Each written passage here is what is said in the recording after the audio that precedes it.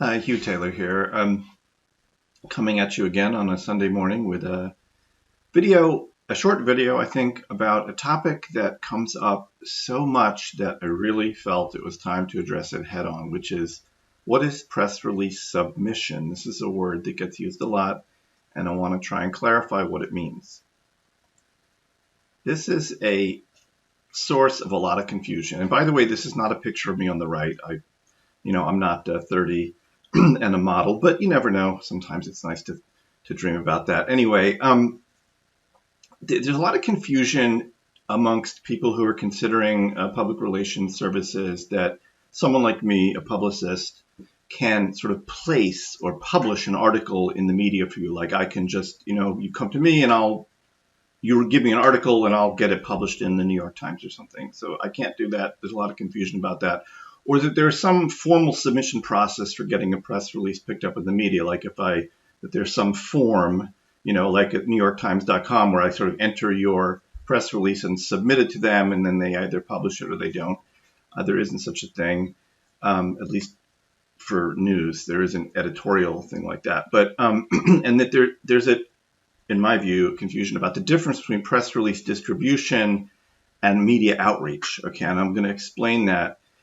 If I had to come up with a list of the top, 10 questions that I get asked on a daily basis, this is probably number one.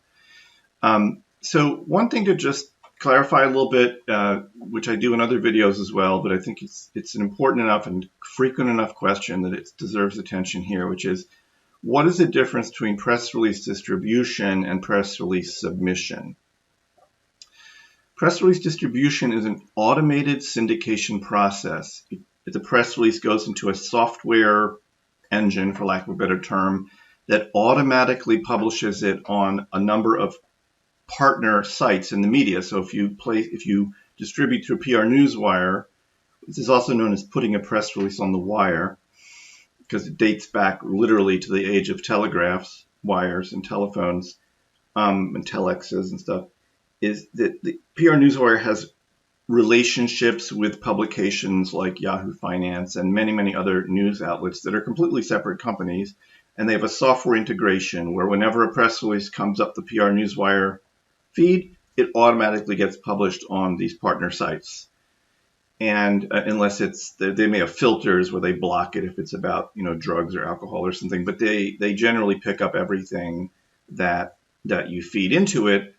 And the good thing about that is you get published, but the bad thing is you're on some kind of press release feed that nobody really sees. Honestly, it's really for search engine purposes or purposes of obligatory publishing of information, like for publicly traded companies with disclosures, that kind of thing.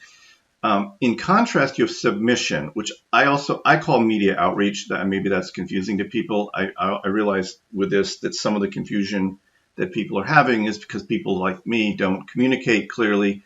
I call it media outreach. Some people call it submission, which is a manual process of sending your press release to reporters with the goal of having them write about you. It can be semi-automated, like there are some email services that will you put your press release into it, you pick reporters in the database, they have their email, and you hit send, and it gets email. The reporter receives an email containing your press release, and they then will, either read it or not, and then, do something about it or not.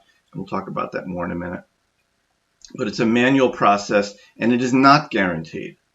There's no guarantee of anybody doing anything about it. In press release distribution is guaranteed. You're guaranteed to get placed in a news feed somewhere. Press release submission or outreach, there's no guarantee of anybody doing anything with your news. How submission works, and I just want to point this out because there's also, like, the PR field has changed a lot, even in the 20 or so years that I've been in it. Old school, and I'm old enough to be in this school. You look up the reporter in your Rolodex, you turn the Rolodex and you pick up the phone, you call him or her, and you tell the story over the phone, like, I got a press release for you. Can I fax it to you? Or if you're really old school, can I mail it to you? Then there's mega old school, which is take the reporter out to lunch and suggest a story. And now this still happens. This is true, like in New York and Chicago and places where, high-end public relations takes place. there are personal relationships between public relations people and reporters. It's very good. It's very expensive, but it's a great way. If you have the money and you can hire someone like that who can, take the editor of the Wall Street Journal out to lunch and tell them about your press release, that's an amazing way to submit your press release to publications. It's rare. It's expensive. Today, submission usually means sending an email to the reporter. You find the reporter's email, you send him or her the press release along with a note, like a cover letter, come up with a catchy subject line so they'll read it and hopefully they'll be interested in it. And then you get to some things to keep in mind. Like I said before, I'll say it again because it needs to be said again. It's not clear to people.